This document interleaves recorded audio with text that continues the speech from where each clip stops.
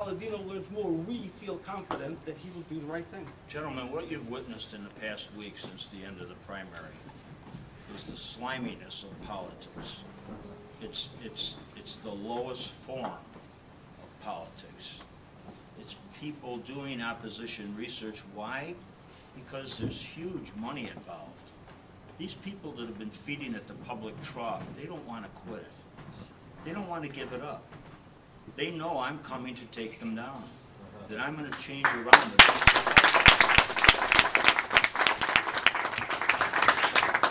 They know that the feeding will stop after I get in office. And I will bring to an end an era of disappointing the people and not doing the people's work. With that, I say to you, take these the accusations that are taken out of context or miswritten, and frankly, I don't know who wrote that, who the reporter was, but why he didn't give you the full text of it, I don't know. But and they tend to do that in their opposition research. They researched something else the other day. They researched and found that at one time, about a year or so ago, the state of New York Empire Zone, Empire State Development Corporation revoked the Empire Zone agreement that we had on one of our companies. So the reporter he wrote up the whole story. Actually, it was handed to him by the Cuomo campaign. They gave him the story. He called us up for a comment. The comment, Mike's reading the thing to me. He says, "Do you know anything about this?" And I said, "Yeah, we overturned it in court." Well, they didn't. The Cuomo camp was so deceptive with the reporter, and the reporter did such a shoddy job in researching it. All right, he didn't go on and find that. Well, that was overturned by a justice of the Supreme Court in a court of law. And actually, I set precedent for the whole state. Right, that the law that they tried to pass last year to change the rules under Empire Zone was illegal. You can't do it non pro tunc. You can't go back and change a law or change a contract, okay, that people detrimentally relied upon. And that was the. But I'm illustrating to you that these people, they're going to continue taking shots at me. They're going to continue, and I'm not intimidatable. I'm only concerned with how people like you feel about me. That's of more concern to me. Rabbi Isaac Levy, Jews for Morality. In the latest poll, in a largely Democratic state, Mr. Cuomo scored in the mid-50s. In an early poll, if that's the best he could do, he's on his way out. His high water mark was down to 54 now. 54 today, right? We started, I think, at 20 and now you're 38. No, we're 38. When you ran against Lansing, you were like 5%. Rabbi Elbaz. When we get the message Yes, out, you people. climbed up, really? Rabbi Elbaz. Yes, Mr. Governor, I have no question, I have a comment. I have no question because I feel you have answered all of our questions. Only I hope and pray that after being governor, it will continue.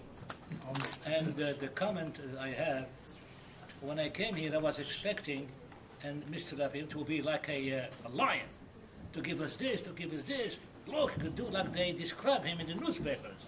Meanwhile, what happened? He never raised his voice. He spoke like a really, really beautiful man. I would say almost spoke like a rabbi. We're not going to come with him, Mr. Bailey. Nicely, and the rabbi speaks very loud. You could ask him. Yeah. And the way what I saw a father, I saw a man, kind, he cares for the people, and this is what we need. We don't need a man who thinks he is the king of New York, coming from the dynasty of the Cuomos. We need a man who is courageous, he will stand for his affair, and therefore this group and the other groups will wish you success. And you have to know one thing, Mr. Governor, when we give a blessing, it always works. With one condition, if we do what we say. Mr. Charnowitz. My word is my bond. Yes, I'd like to know if you have familiarity with the New York State get law and what your position is on that. In New York, what? The New York State Divorce, get law, divorce law. Get? Jewish divorce law. Pertaining to Jewish. We'll educate them, we'll educate them. I have a question about Stewart Airport. New York City airports are very congested. It's impossible to get to the airport. And there's an airport in I'm Newburgh, very familiar. Stewart, I've landed that's there. been taken over by Port Authority.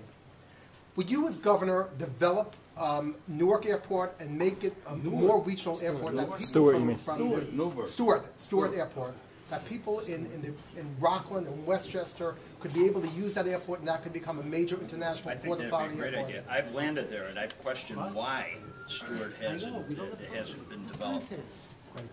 But it's not a topic Okay, we're right. familiar with. I I will say something about the Port Authority. Okay, okay. They're in for a little shake-up. I want to thank Mr. Paladino, and I want to conclude by saying that my late revered teacher, I think, Rav Avigdor Miller, Zitzal, I think he would have wanted us to host this, and although this is a house of worship and we can't mix religion and politics, I take off my hat, and as an individual U.S. citizen, I have the right personally to endorse Mr. Paladino, which I want to do at this time. So not as a rabbinical alliance, but as individuals. Now, I want to do something very special here. This is chocolate liqueur. By every holy Jewish event, whether it's a birth or wedding, we give a toast that says l'chaim to a good life. A good life means a life of holiness, a life of decency. So I would like to share this with you, and whoever else would like to join me in a l'chaim to the next governor of the state of New York, He drives. and to wish him. Who's driving? He's driving. No, they're driving. No, no. Let me try. L'chaim to life and success. We're sure, l'chaim. We're sure. We're absolutely sure that if you keep it up, you will be the next governor of New York. Thank you, everybody. You guys are going to be...